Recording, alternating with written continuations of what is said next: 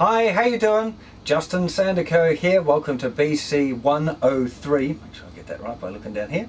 What I'm going to talk about in this lesson is some accessories that you'll probably find really useful if you're going to do my beginner's course. I just want to talk a little bit about them so you kind of know what to look for when you go to the shop. The first thing I want to talk about is plectrums. Now, the most important thing to look for when you're a beginner guitar player, if you don't really know what you want, is to get yourself a very, very thin plectrum. I would recommend the Jim Dunlop USA Nylon 0.46mm pick. They're white, very, very thin. Should be a little picture just here showing you what they look like. That's the one I'd recommend that you start off with.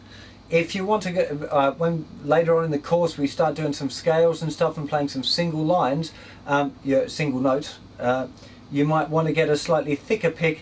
I recommend these orange Dunlop picks, tortoise, something like that they're called. Yeah, really good picks, slightly thicker, good texture, easy to grip.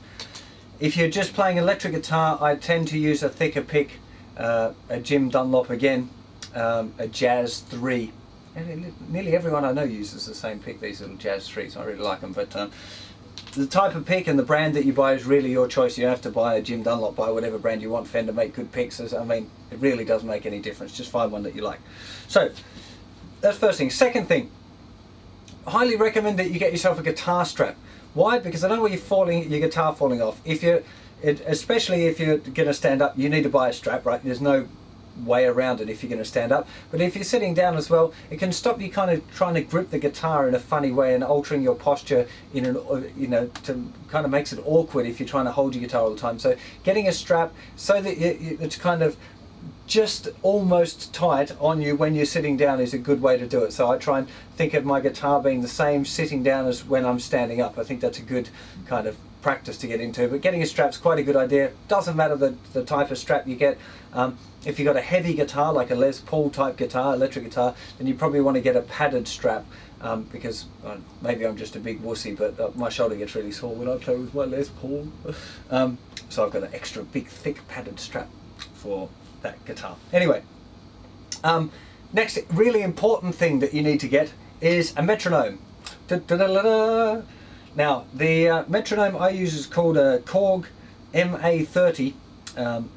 Again, don't have a deal with Korg, it's a really good metronome. All my students have it. It's got quite a lot of features that are kind of more advanced that you're not going to use straight away as a beginner, but it's just good, right? So I'd go and check that out, and not particularly expensive either, but it doesn't really matter. Just I wouldn't advise that you buy a tick-tock one, you know, the tick-tock tick that you see sitting on piano teachers' desks. Don't get one of them.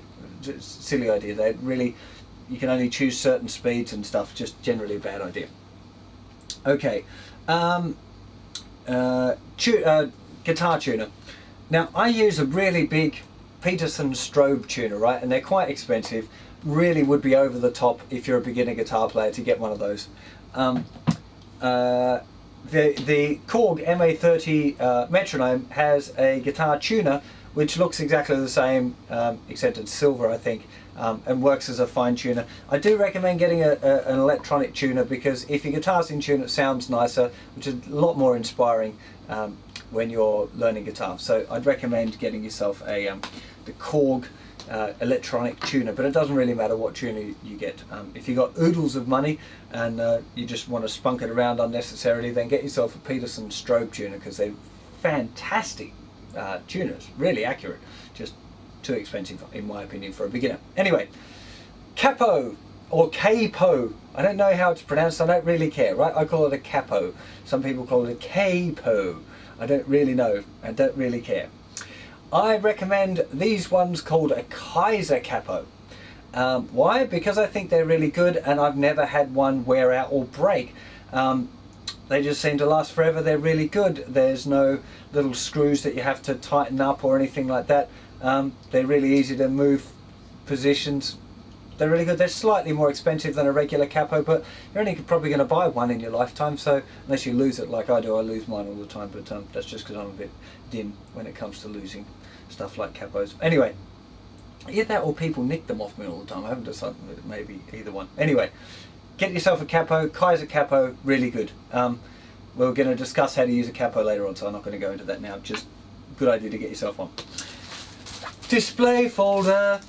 Get yourself a little, some sort of book with the clear pages in it, so you can keep all your notes in. Really good idea, keeps them organised.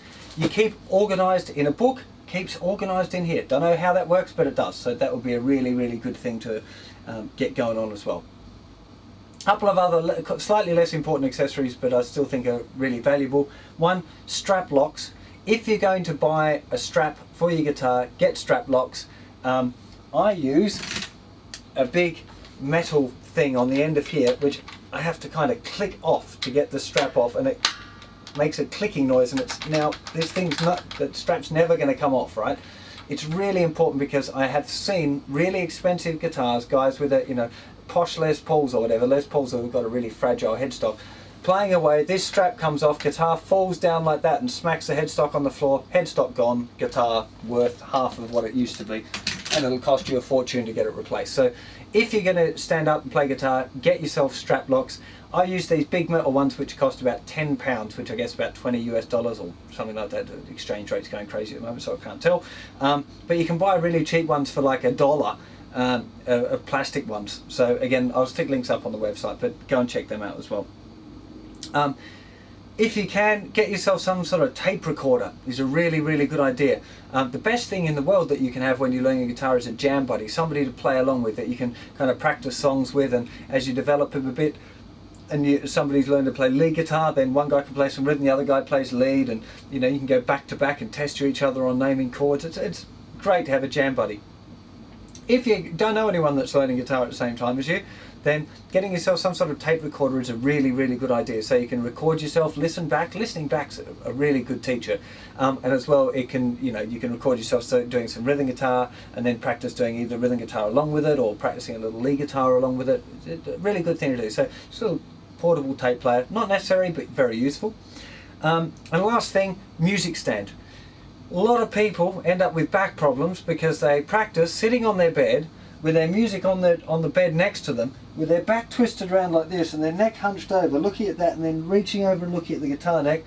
Really, really good way to have to spend a whole lot of money in the chiropractor. Don't do it. Get yourself a music stand. They don't cost a lot. Stick it up in front of you. Make sure that you're not twisting your spine around all the time. It's a good idea to sit up fairly straight when you're practicing guitar. Don't be all hunchy over like this, because it will lead you to some neck and back problems if you end up practicing guitar a lot. So there you go, there's a few accessories for you. Like I said, there'll be some links to some other pages from this page on the website, with direct links and stuff to go and buy it at your local music store or whatever. Hope that's helped you with some ideas of some things that you need to buy that first time you go to the music shop, or if you've already bought your guitar the second time you go to the music shop. Or maybe you go to the music shop all the time, so it won't be that, you know what I mean. I'll see you for another lesson sometime soon. Bye bye.